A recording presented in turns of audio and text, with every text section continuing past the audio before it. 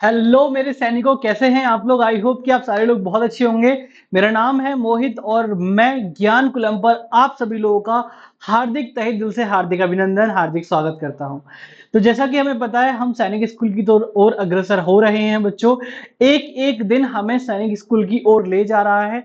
हमें दिन रात जम की मेहनत करनी है और सैनिक स्कूल में सिलेक्शन लेकर के अपना, अपने परिवार का और अपने समाज का नाम रोशन करना है। तो जैसा कि हमें पता है कि जब कहीं भी हम लोग जाते हैं तो उससे पहले हमें थोड़ा सा उसकी टेक्निक्स के बारे में देख लेना चाहिए, क्या क्या हमारा इसमें आगे हम क्राइटेरिया फॉलो करने वाले हैं। तो ये जो वीडियो है, ये क्लास 9th जो 8th क्लास में भी बच्चे हैं उनके लिए मोस्ट इंपॉर्टेंट होने वाली है, बिकॉज इसमें मैं बात करने वाला हूँ एज क्राइटेरिया को लेकर के। जो बच्चे इस साल क्लास 9th के लिए एलिजिबल है और इस क्लास 9th के लिए फॉर्म भरने वाले हैं। तो आप मेरे बैकग्राउंड में देख ही पा रहे होंगे, मैंने बहुत बड़ी हेडिंग डाली है कि ऑल इंडिया सैनिक स्कूल एंट्रेंस एग्जाम मींस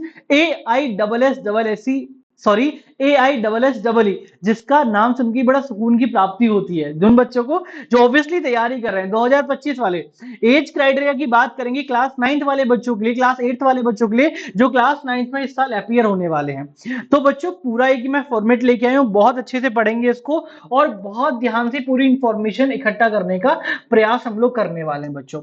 तो सबसे पहले for admission to take in class 9th क्या करने वाले हैं भाई, वो कैंडिडेट हमारा 13 से लेकर के 15 साल के बीच में होना चाहिए, पहली बात। दूसरा कि for admission in class 9th he should have been born between 1 April 2010 मतलब 1 April 2010 and 31 March 2012। Both days are inclusive. मैं जैसे कि मैंने क्लास किसमें बताया था, 6 में बताया था कि 13 से लेकर के 15 के बीच में होना चाहिए, लेकिन यहाँ पे क्या है बच्चों, 10 से लेकर के 12 मतलब 1 अप्रैल 2010 से लेकर के 1 मार्च 2012 के डेट के बीच में, इन दोनों ईयर्स के बीच में जिन बच्चों का बर्थ हुआ है वो इसको फॉर्म को भर सकते हैं। फिर से एक बड़ा क्वेश्चन कि सर अगर मेरा बर्थडे 31 मार्च 2014 को हुआ है, 2012 को अगर मेरा बर्थ हुआ है और डेट थी मेरी 31 मार्च, तो सर क्या मैं इस फॉर्म को फिल करने के लिए एलिजिबल हूं? जी हाँ बच्चों, आप इस फॉर्म को भरने के लिए एलिजिबल हैं, बिकॉज दोनों ही डेट्स इसमें इंक्लूड की जाएंगी। बहुत ध्यान से सुनना है बच्चों, दोनों ही डेट्स इसमें इंक्लूड की जाएंगी। There is no need to worry कि ऐसा कुछ नहीं एक दिन पहले, बस ये नहीं होना चाहिए कि आपका अगर यहाँ पे दे रखा है 31 मार्च 2009 तो आप फॉर्म भरने के लिए एलिजिबल नहीं है। अगर है आपका 1 अप्रैल 2013 तो आप फॉर्म भरने के लिए एलिजिबल नहीं होंगे। इन दोनों डेट्स के बीच में या फिर इन दोनों डेट्स को भी अगर आपका बर्थ हुआ है तो आप आराम से फॉर्म भर पाएंगे बच्चों। एडमिशन क्लास 9th के लिए ओपन हो चुके हैं गर्ल्स के लिए, और बच्चों सेम क्राइटेरिया हमारा होने वाला है।